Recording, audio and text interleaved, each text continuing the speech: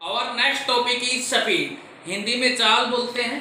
Time rate of change of distance is called speed. दूरी में परिवर्तन की दर को स्पीड कहते हैं। यानी speed distance travel by time taken. ऐसा यूनिट डिस्टेंस की मीटर, टाइम की सेकंड, मीटर पर सेकंड। ये एक स्केलर क्वांटिटी है। डायमेंशनल फॉर्मूला हम इसका बता चुके हैं, m0 L1 T-1। डायमेंशन वाले चैप्टर के अंदर बता चुके हैं। ये डायमेंशनल फॉर्मूला है, ये कभी नेगेटिव नहीं होती। अब इसकी टाइप यूनिफॉर्म स्पीड आगे मैं समझा दूं जिससे आसान रहेगा याद करना। समान सा यानी equal distance equal time. Speed of a body is said to be uniform if it travel equal distance in equal interval of time. यदि बराबर टाइम में बराबर दूरी तय करती है बॉडी तो यूनिफॉर्म स्पीड है। मान लो पहले 5 किलोमीटर 5 सेकंड में किया, अगले 5 किलोमीटर 5 सेकंड में, अगले 5 किलोमीटर 5 सेकंड में, 2.5 किलोमीटर 2.5 सेकंड में। यानी इंटरवल छोटे बड़े कर सकते हैं। जैसे 5 किलोमीटर 5 सेकंड में कहा है तो 10 किलोमीटर 10 सेकंड में कहेंगे। Body travel equal distance in equal interval of time, then speed is called uniform speed. Variable speed change हो रही है, मतलब यदि दूरी समान लेते हैं, डिस्टेंस इक्वल लेते हैं, टाइम अनइक्वल, टाइम इक्वल लेते हैं, डिस्टेंस अनइक्वल होगी। If body travel equal distance in unequal interval of time or unequal distance in equal interval of time, then speed is said to be variable speed।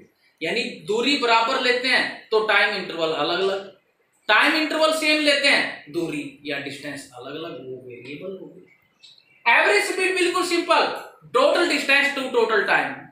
Total distance by total time कर दो average speed. It is ratio of total distance to total time। Instantaneous speed, speed at that instant of time। इसमें थोड़ी दिक्कत आती है, बच्चों को बता दूं। जैसे हम बाइक ड्राइव कर रहे हैं, बाइक चला रहे हैं, आगे जो स्पीडोमीटर होता है वो उस टाइम क्या स्पीड है वो बताता है, ना पहले के बारे में, ना बाद के बारे में, ना एवरेज। जिस समय हम देख रहे हैं जो स्पीड है वो इंस्टेंटेनियस स्पीड है। इसी से रिलेटेड अगला टॉपिक है वेलोसिटी। थोड़ा सा चेंज है तो अलग से मेहनत नहीं करनी पड़ेगी।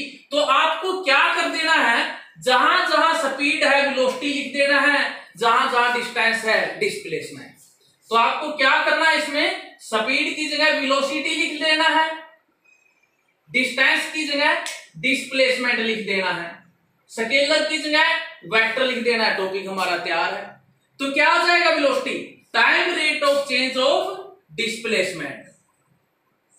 तो टाइम रेट, ये इसलिए मैं यहां पे करा रहा हूं आपको ये टॉपिक रफ करके, याद अलग से नहीं करना पड़ेगा। Time rate of change of displacement is called velocity. यहां भी वेलोसिटी लिख दोगे, यहां डिस्प्लेसमेंट लिख दोगे, वेलोसिटी डिस्प्लेसमेंट लिख दिए।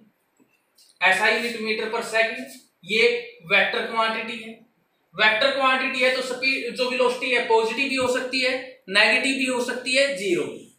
डायमेंशनल फॉर्मूला यही रहेगा, ऐसा यूनिट यही रहेगी। और यहां पे मैं स्पीड की जगह वेलोसिटी लिख देता हूं। अब आप अपने आप वीडियो को पॉज करके अपने आप भी कर सकते हैं इनको।